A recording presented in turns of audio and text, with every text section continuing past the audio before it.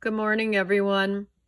Well, this is our first video, and our first video or YouTube video is dealing with lines and linear systems. Now, let's just talk about the word linear systems. The word linear means straight line, and the word system means multiple straight lines, a number of lines. And usually what we deal with is we deal with two straight lines. Okay, let's jump into reviewing the unit. A linear function is a straight line. A linear function is an equation where the highest exponent on the x and the y value is a beautiful 1. A linear system, now notice the difference in the word, function versus system. A linear function is just a straight line. A linear system exists when you have two or more straight lines. That's where I got the idea of a number of lines. When we are asked to find a solution, when we are asked to solve, what you're being asked to find is where the two lines cross or intersect. Where do the two lines cross or intersect? Now, the technical term for this is called point of intersection. Now, there's really three scenarios that can exist when you're looking for a point of intersection. We really weren't able to get into it in detail because, of the limited amount of time and whatnot, but I definitely want you to have it on your review sheet, okay? We've got the scenarios where you have two lines and they intersect each other. That's one POI. We'll fill in the rest of the chart. You've got the scenario where you've got two lines and they don't intersect each other. That's 0 POIs. And you've got another scenario, kind of cool scenario, where you've got two lines and these two lines actually lie on top of each other. So if the two lines lie on top of each other, you have an infinite number of POI. Now, each of these three situations have a special name. This is called intersecting lines. This is called parallel lines. So 1 point of intersection, intersecting lines. 0 points of intersection, they're never going to cross each other, parallel lines. Infinite POIs is called coincident lines. That's the technical definition for those three scenarios. Okay, let's take a look at the y-intercept column. When I have intersecting lines, I have two y-intercepts, one here and one here. When I have parallel lines, I also have two y-intercepts, and technically, in both scenarios, they're different. Let's go over that one more time. A y-intercept, completely different. A y-intercept, completely different. When I have coincident lines, I have one y-intercept and it's the same. Now, let's take a look at the slopes of these lines. This line has a positive slope, this line has a negative slope. So they're different. Parallel lines, we remember from elementary school in grade 9, that means that the slope of those two lines are the same. Coincident lines, because they're lying on top of each other, also mean that they're the same. So let me be clear on this little chart. You do not have to have this chart memorized, okay? And if we would have, been in a normal semester setting, we would have spent a lesson going through all of this. But given the reduced amount of time, I figured we'd cover it in the review day. And what I'm concerned is that you understand you have a scenario in a graph where you could have intersecting lines. You have a scenario when you're graphing two lines where the two could be parallel. You have a third scenario when you're grafting two lines that they could be lying on top of each other. They could be coincident. One POI, no POIs, infinite POIs. These two columns are the two really important columns, as well as the terminology. Okay, now, what was the bulk of this unit about? The bulk of this unit was about solving. And the word solving means find me an answer. Get me an answer. Take this linear system, take these two lines, and tell me what I have. Tell me where these two lines intersect. Tell me the answer. Tell me where they meet. That's what solving a linear system refers to. Now, we had three techniques to solve. We started with graphing. We then went to elimination, and then we then went to substitution. So let's start with a graphing example. And when I look at my graphing example, let's look at the steps. Graph each line, find the POI, check. Well, when I look at my example, the first thing that I need to make sure is that the equations for the straight lines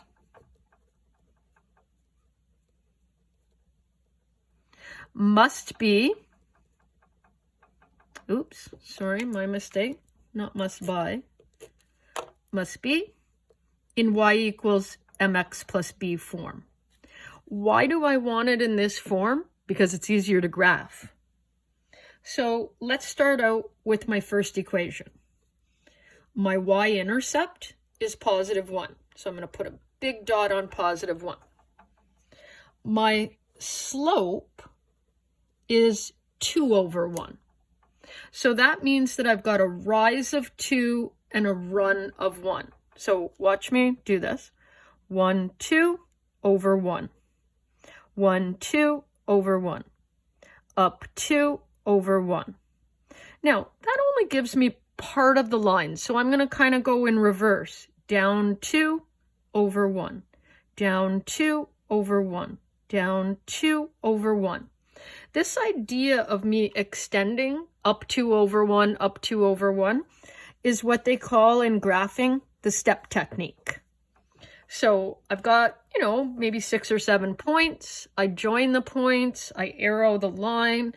I label the line. This is what we call good form. Everything is beautiful. It's labeled beautifully. Okay, hold on. Let's look at the next one. I have a y-intercept of 4, big dot. And I have a slope. Now, wait a minute, there's no number in front of that x. There's just a negative sign. Well, technically, when there's no number there, there's technically a 1. So I'm going to rise -1. Ooh, that sounds kind of weird. And I'm going to run over 1. So rise -1 means down 1, over 1, down 1, over 1, down 1, over 1. I think 4 dots will be sufficient. Arrow, arrow. Look at the form on my graph, guys. Pay attention to good form. Math is a language. Okay, it needs to be communicated appropriately. Line is graphed, line is arrowed, labeled. Line is graphed, line is arrowed, labeled. So if I look close at my graph, I'm seeing that my POI is right here. Now remember, the coordinates of your POI X always comes first. When I say the alphabet, X is before Y. So my X value is 1 and my Y value is 3. So the solution is 1, 3. The point of intersection, 1, 3. The two lines cross at the coordinates of 1, 3. The two lines intersect at the coordinates of 1, 3. Beautiful form. Everything looks great. Now let's scoot over to the left and let's do what I call an official check. Again, proper form tells me when I'm doing an official check that I'm going to write down the two equations. Got it. Now, when I look at equation, my eyes gravitate to the equal sign, and I see something on the left, and I see something on the right. Eyes gravitate to the equal sign, I see something on the left, I see something on the right. So the left side for this equation is y. The right side is 2x plus 1. The left side for this equation is y. The right side is negative x plus 4. Now, what you're going to check is you're going to check whether 1, 3 is really the solution. Remember, the 1 is the x and the 3 is the y. So my y is 3. Now hold on, let's take a look. 2 times 1 plus 1. 2 times 1 is 2, plus 1 is 3. Bingo bongo. When my left side equals my right side, I got a big smile on my face. Okay, let's try it again. Left side rather, is y. Right side, my x is 1. Bingo bongo. So since my left side equals my right side in both equations, therefore 1, 3 is the POI, is the solution, is a common point. Now, do you have to write all of this, the solution and a common point? No. You're completely fine with is the POI. I just wanted to show you that because there's so many different ways for me to word this. Solve means get me the POI. Find the POI means get me the POI. Find a common point means get me a POI. So that sometimes is the tricky thing about math, is the wording sometimes. What are they looking for? Solve means get me where they intersect. Find the point of intersection also means get me where they intersect. Find a common point means find where they intersect. Okay? So please expect when you do your first task, you're going to have a couple graphing questions. And I want your graphing questions to look exactly like mine does right here. I am very, very fussy when it comes to form. I'm telling you that. I've been telling you that in class. Line is graphed, labeled. Line is graphed, arrowed, labeled. Point of intersection is labeled. Check is done exactly like you see it here. Okay, please? And thank you. I really appreciate that. Okay, let's keep going. All right, well, the second technique that we used for solving, remember, solving a linear system means find the POI. Find the solution. Find the common point. It's all the same thing. Those are the same instructions. Okay, well, let's see what we got here. We've got two equations. I'm going to label them as equation 1 and equation 2.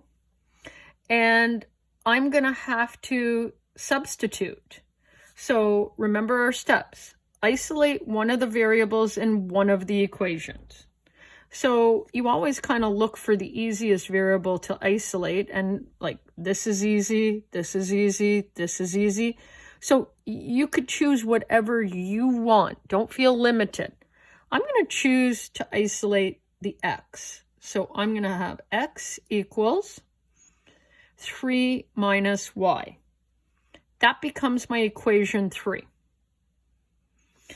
I'm going to sub that equation 3 into the equation that I haven't, oops, sorry guys, my boo-boo, haven't touched yet. So because I've worked with this equation, I'm not going to sub in there. I'm going to sub in to equation 1. Okay, hold on. Let's write equation 1 down. And wherever I see an x, I'm going to substitute in for it. So wherever I see an x, I'm going to replace that x with 3 minus y. Let's take a look at that again. Wherever I see an x, I'm just going to replace it with the 3 minus x. And remember in class, we kind of talked about this as sort of an official name and a nickname. You know, you all have a name that's on your birth certificate or in your passport, and then most of you have nicknames as well. And everybody knows who we're referring to when we talk to them about their nickname. All right, let's isolate. So letters on one side, numbers on the other. I brought the 3 over, left all my letters together. Collect like terms. So what I've discovered here, is that if I'm looking at the POI, my POI has a y value of -1. I don't know what the x value is yet, but I do know that the y value is -1. I'm going to take that y equal to -1, and I'm going to sub it into whichever equation that you want. Now, there's a little bit of a strategy here, though. Because I'm solving for x, it's usually best to sub into equation 3. But it doesn't matter. You can do whatever you want. So x equals 3 minus, careful, a -1. Notice how I'm writing that. 3 minus a -1. And we know that when you have double signs, that turns into a negative, and a negative turns into a positive. So therefore, my POI is 4, -1.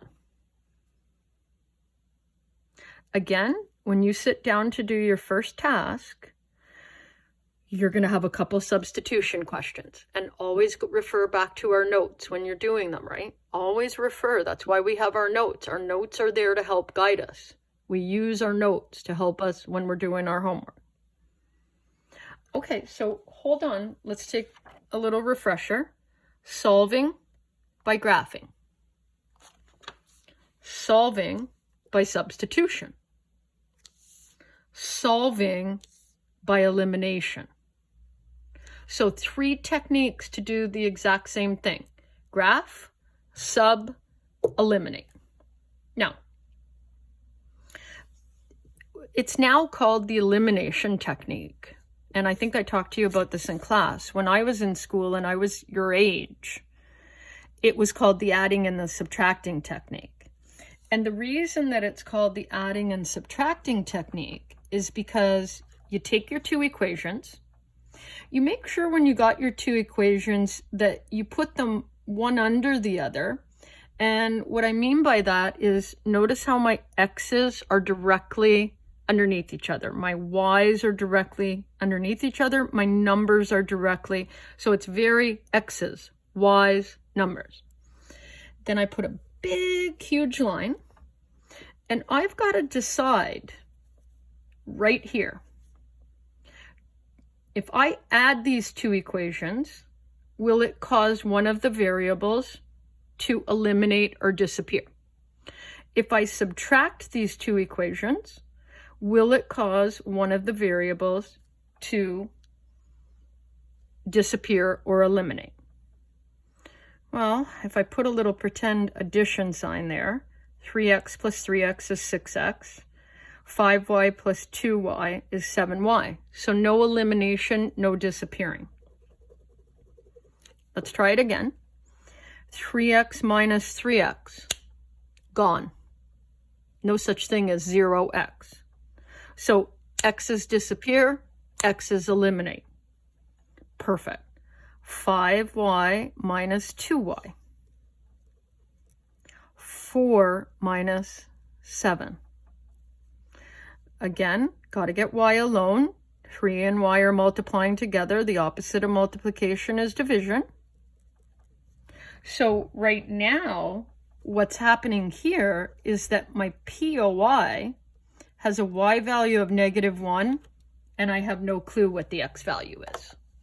That's okay, because what I'm going to do is I'm going to sub y equal to -1 into either equation.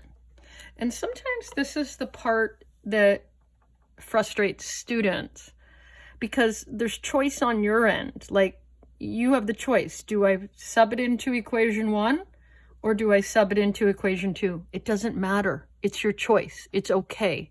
Do what you feel is best. So 3x plus 5y equals 4. Wherever I see a y, I'm going to sub in, or I'm going to replace the y with -1. 3x, 5 times -1, letters on one side, numbers on the other, collect like terms. So subbed in the -1, multiplied, brought the 5 over. Now I'm gonna do what they call isolate. I'm gonna get x alone, and I do that by dividing by 3. And now I know that my POI is 3, -1. So solving by graphing, solving by substitution, solving by elimination. Now, sometimes there can be some more difficult elimination questions. So if you don't mind, let's flip. Okay, and let's go to the next page. We did a beautiful solving by graphing. We did a beautiful solving by substitution. We did an easy solving by elimination. Now let's look at a harder one. Okay, so I got 2 equations, equation 1 and equation 2. And I've got the A's lined up, the B's lined up, and the numbers lined up. And if I draw my big line and I pretend, right? Do we add or do we subtract? So kind of pretending. 3a plus 2a, that gives you 5a. 4b plus a -3b, that gives you b. That doesn't cause anything to disappear. Okay, let's try subtraction. 3a minus 2a, that leaves you with an a. 4b minus a -3b, that leaves you with 7b. So wait a minute, I got a problem. Adding and subtracting, it's not happening. I'm not getting elimination to occur.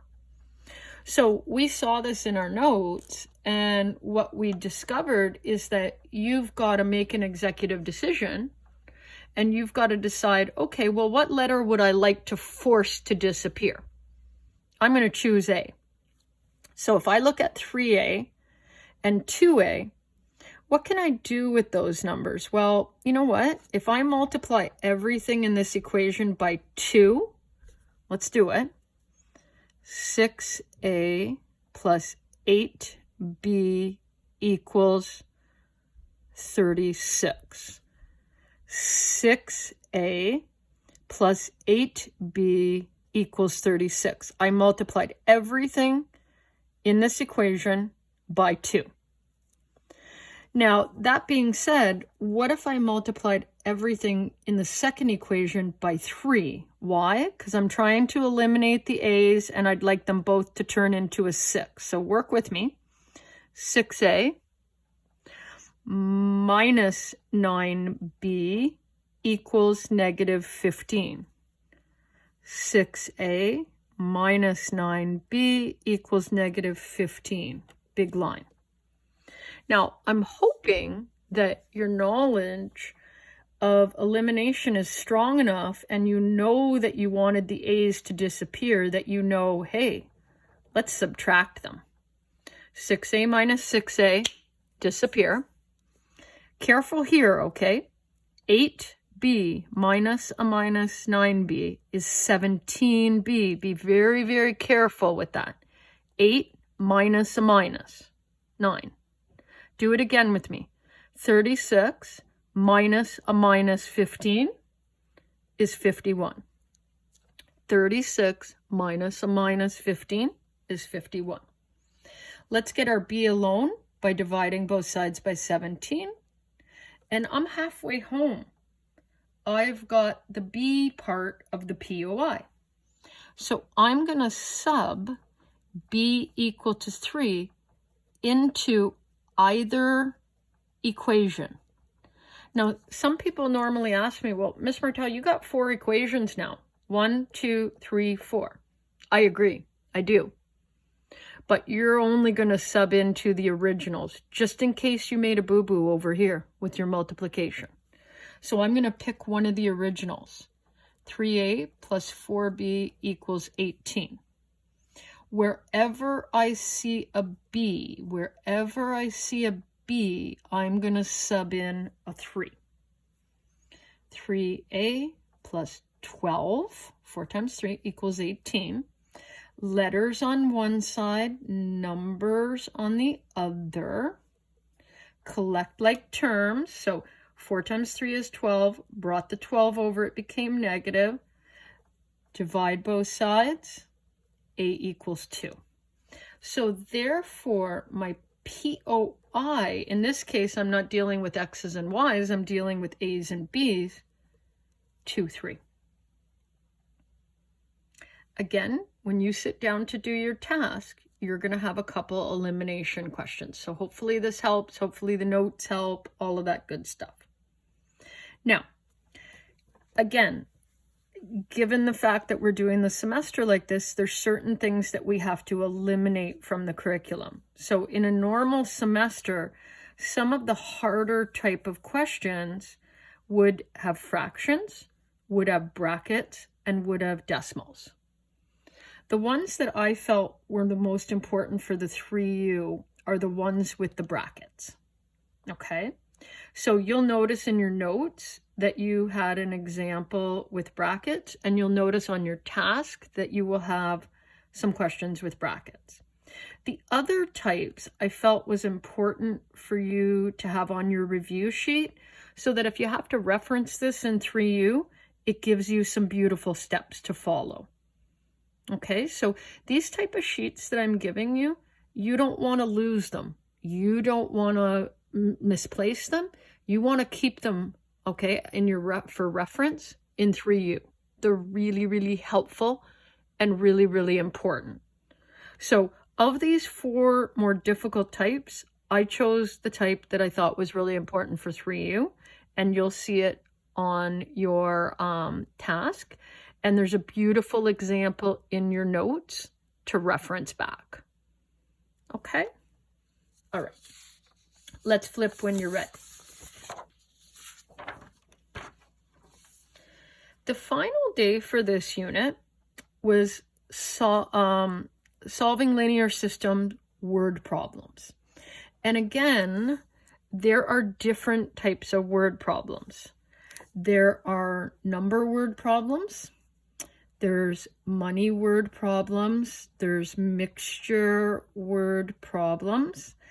There's distance. And there's speed. Again, we had to make some choices, right? Like, what do I think are the most important? The ones that I felt were the most important were the numbers and the money. So those are the ones that we covered. Okay, the investment type of questions, the money type of questions. And I left out mixture and distance and speed, but I felt it would be nice for you to have a reference for your colored sheet. Okay, so please expect on your task and in your supplemental work, you're going to see some examples of money. You're going to see some examples of numbers, and you're going to have some questions to do yourself. Before we finish our video, I want to just take a look at these steps, because these steps are really important for you when you do any type of word problem. Let's go over them together. Read the word problem twice. Once for the general idea, second time for the math. So you're probably, in all honesty, going to read it 3 or 4 times, to be truthful. Okay? First time, get the idea. Oh, okay, is it a numbers question or is it a money question? Oh, okay, let me take a look at the, the values in the question. Your second step is to define your variables, let statements. Let X represent the first number. Let Y represent the second number. Let X represent the investment at 6%. Let Y represent the investment at 3%. Okay. Write the system of equations. And this is the challenging part. I'm not going to lie to you. This is the part where you have to take the wording in the sentences and make a mathematical equation. Okay? This is the challenging part. Go back to our notes, go back and practice, right? Write the systems of equations. Then you're going to have to solve that system of equations and answer the question with a beautiful therefore statement. So the challenging part for you is the writing of the system of equations. That's where the focus goes from getting sentences and putting them into an algebraic expression. So let's take a look at the money one, just us together, and see how we can, we won't solve it per se. Actually, maybe we will. I don't know if I've got a calculator here. Okay, let's read the question. Sam invested $5,000. So Sam's got $5,000 that he's going to invest. Part of it at 6%. So some of the money he's going to get a 6% return. And the remainder at 3%. Now, I know I'm glazing over the words per annum, per annum. Per annum means per year. Okay. If the total interest after 1 year was $240, how much did he invest at each rate? So hold on, let's make sure we understand this. The $5,000 is what he's investing. The $240 is the amount that he's made on that investment. That's in his pocket. That's the amount that he's made on it. So you're going to have two equations here. Well, let's start by defining our variables. I'm investing money. Some of it is at 6%. Some of it is at 3%. Let X represent the amount of money invested at 6%. Let Y represent the amount of money invested at 3%. So I'm investing this $5,000. Some of it's invested at 6%. Some of it's invested at 3%. Okay. Now it's time to write the equation. Well, what's the total amount of money that you're investing? $5,000. Some from X, some of it invested at 6%, some of it invested at 3%. So I'm investing $5,000, some of it at 6%, some of it at 3%. There's my first equation. Now, the other piece of information is the interest. The interest is the amount of money that I've made that's in my pocket. So decimal 0.6, 6% is 6 per 100, or decimal 0.6. 6% of the first amount and 3% of the second amount equals 240. 6% of the first amount and 3% of the second amount equals 240. So my two equations, one of them is my investment equation, and one of them is my interest equation. Now that you've got the two equations, now it's time to actually go and do the math. Okay, well, I don't like these decimals. I don't like these decimals at all. I want them out of there. So that being said, hold on for a second. Let's go back to our little cheat sheet here. Let's see what it says. If I've got two decimal places, I'm going to multiply everything by 100. So if I multiply this by 100, 0.06 times 100, 0.03 times 100, 240 times 100.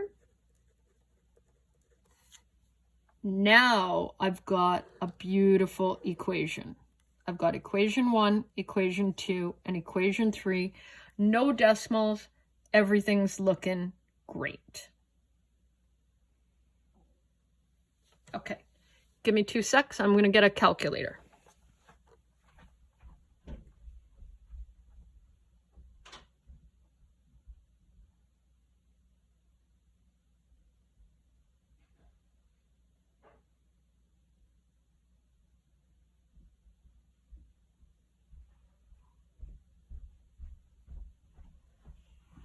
Okay, sorry about that delay.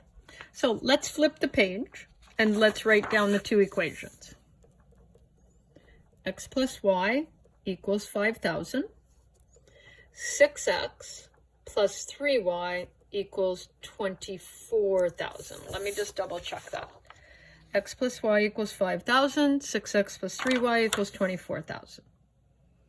Okay, so you can choose to do this however you want, substitution or elimination. You know, I'm not going to force your hand. I'm kind of a fan of elimination, so I'm going to say, hey, I'd like to eliminate my x's. I'm going to multiply everything by 6. So 6x plus 6y equals 30,000. 6 times that. Okay. Don't have to multiply this by anything because it's already a 6x. Oops. My boo-boo. And if I look at the two equations and I decide, okay, well, am I going to add these two or am I going to subtract? I'm going to subtract. 6 minus 6. 6 minus 3. 30 minus 24, 30,000 minus 24. Divide both sides by 3. Okay, so what does that mean? What does that mean? Why? That means that the amount of money that you invested at 3,000 is, or at 3% rather, is $2,000. So the amount of money, let's write that down. Amount of money invested at 3%. How much money did I invest again? Didn't I have an equation of x plus y equals 5,000? That's my investment. That was how much money I put in. Well, if I know that the y is 2,000,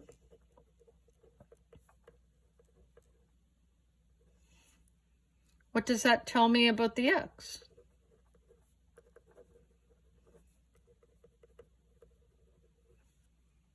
And what was the X again? That's the amount of money invested at 6%. Hold on, let's flip for a second. X represented the amount of money invested at 6%.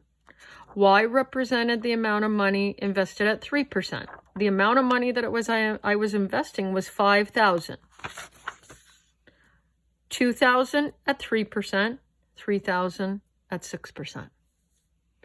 Used elimination, and I subbed the Y equal to 2,000 into equation number 1.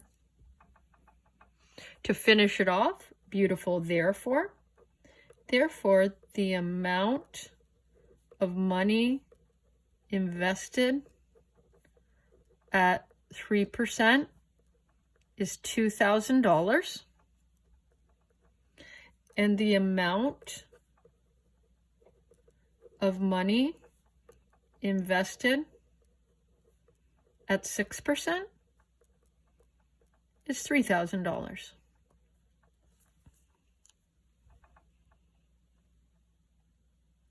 I'm not going to lie. I know these are challenging, okay? I know the word problems are challenging. That's why I limited them to 2 different types that I felt were important. So it is going to take a little bit of work. They are going to be challenging. But please note that you're going to have some beautiful examples in your supplemental, some beautiful questions, and you're going to have, I think, 3-word problems on your task that's going to have to be handed in. Okay, so don't be shy. Email me questions. Don't be shy about it. But I hope this video helps. And please, as I said before, you definitely do not want to misplace these review colored sheets. They are kind of your lifeline in grade 11. Okay? We'll see you soon.